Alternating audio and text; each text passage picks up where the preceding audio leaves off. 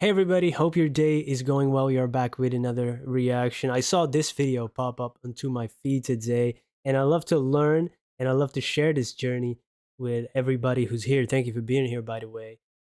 We sometimes check out comedy, sometimes stuff about music and the history and interviews. It works a little bit in tandem with my music reaction channel, but I'm a bit all over the place. I understand, but I love to check out so many different things.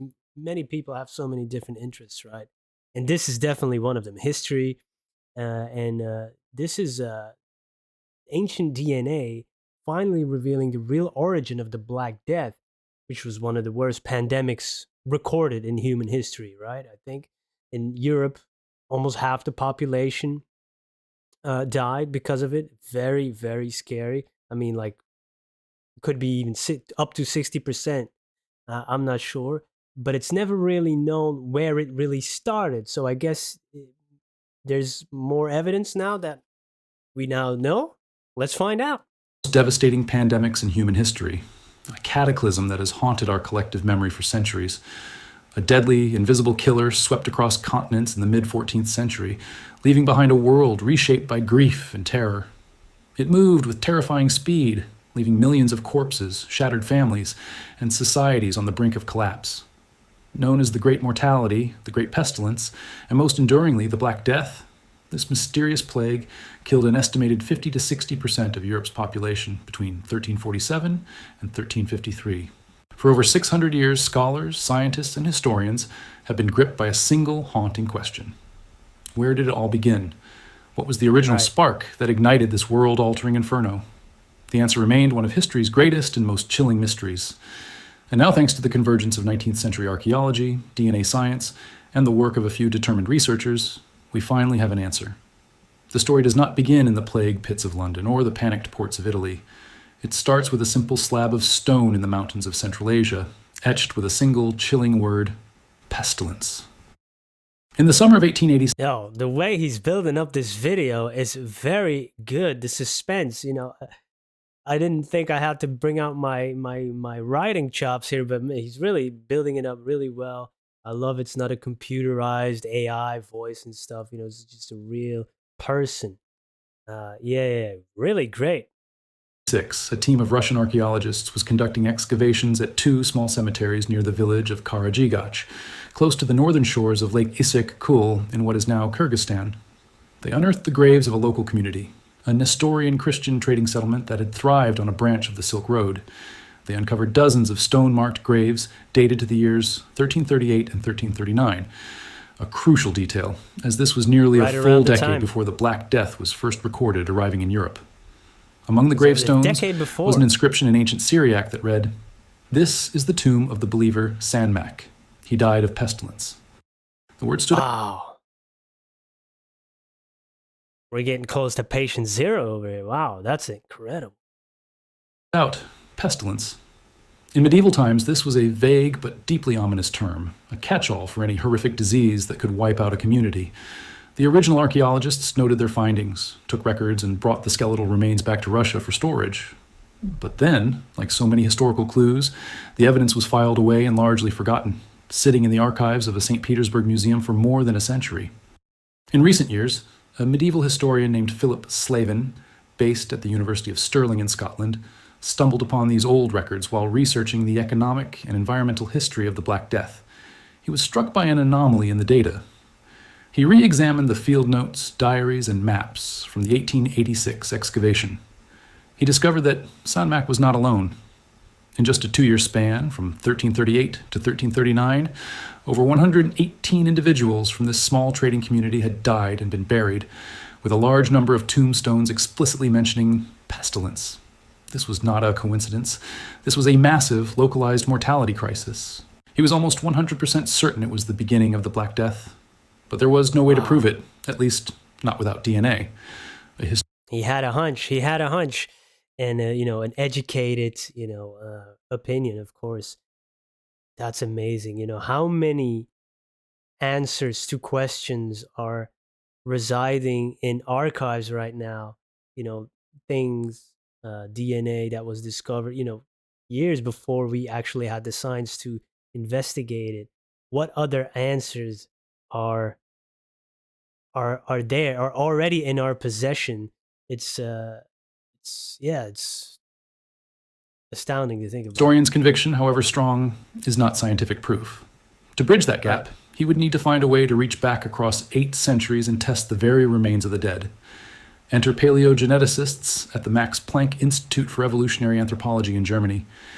When they heard Slavin present his findings, their reaction was immediate. This could be it. This could be the source. Their team was already deep in the hunt for the plague's origin. They had been building a massive genetic family tree for the plague bacterium, Yersinia pestis. By collecting and sequencing over 1,300 samples from both modern and ancient sources, including Jeez. rodents and human victims from across the globe, they had made a critical discovery. Their data revealed that in the early 14th century, the bacterium underwent a big bang of diversification. From a single ancestral strain, 4 new major lineages of plague suddenly burst into existence. One of those 4 lineages was the one responsible for the Black Death in Europe and all subsequent outbreaks for the next 400 years. The geneticists knew this mother strain did not arise in Europe because the strains found in Black Death victims there already differed by 1 or 2 mutations. The European strains were clearly descendants, not the original ancestor. The true origin had to be somewhere else. A collaboration began. Man, it's scary. And now that we have experienced, just a taste of a pandemic, because it's bad. Many people have gotten sick. Many people have passed away. But if you look at this, and of course, medicine is now much, much better, and maybe this would have been stifled much, much sooner. But the symptoms of this, the just the death rates, I mean, could have been like something like this. It's so scary, man, and we seemingly are not prepared for another one. Yeah, it is scary out there, but they're I mean, this one was probably natural. The other one, I mean, they're playing around with dangerous stuff in the world, and then when it gets out, And between Slavin and Russian researchers at the Peter the Great Museum, where the Karajagas skulls had been stored since the 1880s. The team extracted DNA from the teeth of 7 individuals, ideal for preservation, as the dental pulp inside can retain traces of blood-borne pathogens for centuries. The results were breathtaking.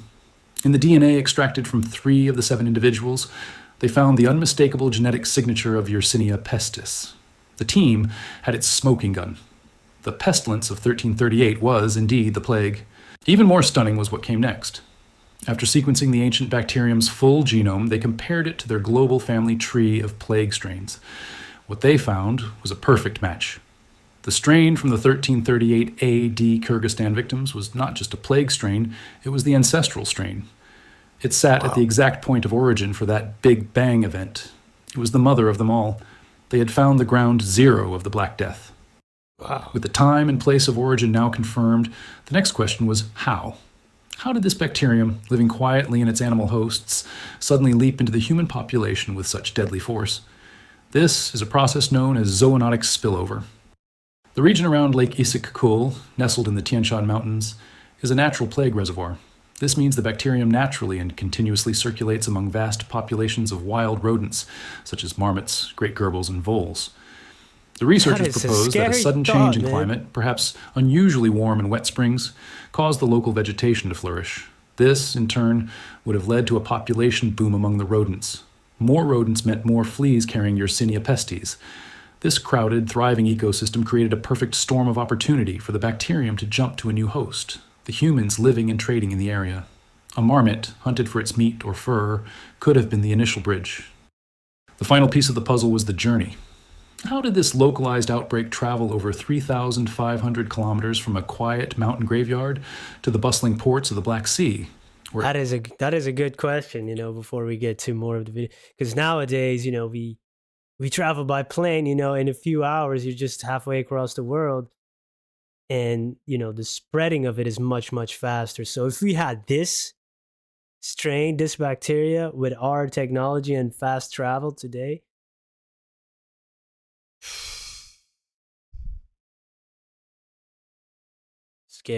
scary to think about. Made its infamous European debut.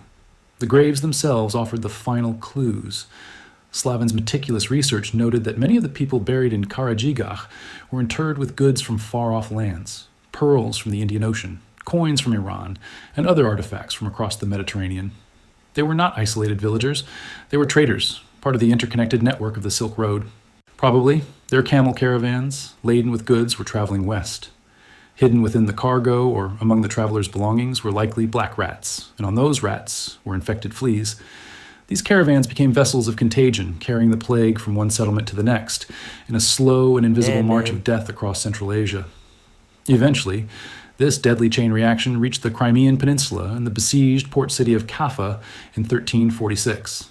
There, historical accounts describe the Mongol army catapulting the corpses of their own plague victims over the city walls, one of the earliest and most horrifying examples of biological warfare. The Black Plague then spread rapidly from Kaffa to Europe via Genoese trading ships carrying infected black rats and their fleas. Europe was particularly vulnerable due to a recent explosion in its rat population.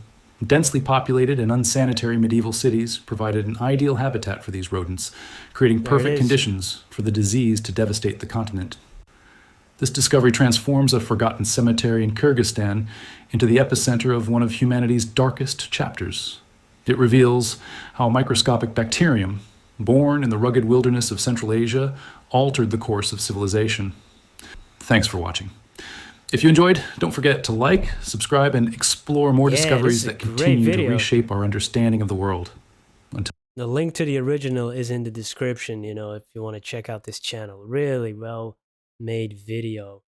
And very interesting now that, you trace it back, you see how it slowly got across to Europe and all of that. Nowadays it's just we're zipping and zooming all over the place.